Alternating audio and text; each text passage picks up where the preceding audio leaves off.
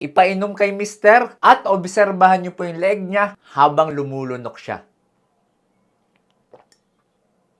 Okay guys, so simpleng senyales po para ma-check kung may sakit tayo sa ating leeg or sa thyroid gland. So kunin nyo na po si Mr., kunin si Mrs. at sabay-sabay panoorin ang video na to.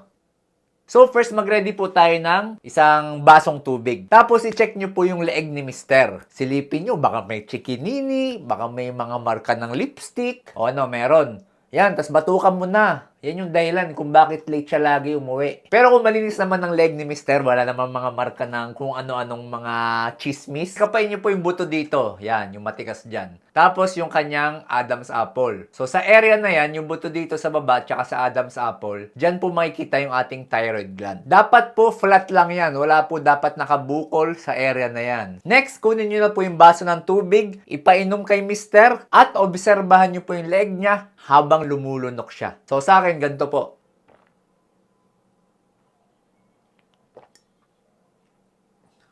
Dapat po walang uusling bukol sa area na to. So dapat flat pa rin po siya habang lumulunok. Ngayon, kung meron po kayong mga nakitang bukol, tapos nakakaramdam kayo na pagbigat ng timbang, o kaya nagbabawas kayo ng timbang, tapos lagi kayong giniginaw, o kaya lagi kayo naiinitan, mas maganda po kung magpapacheck na agad sa doktor.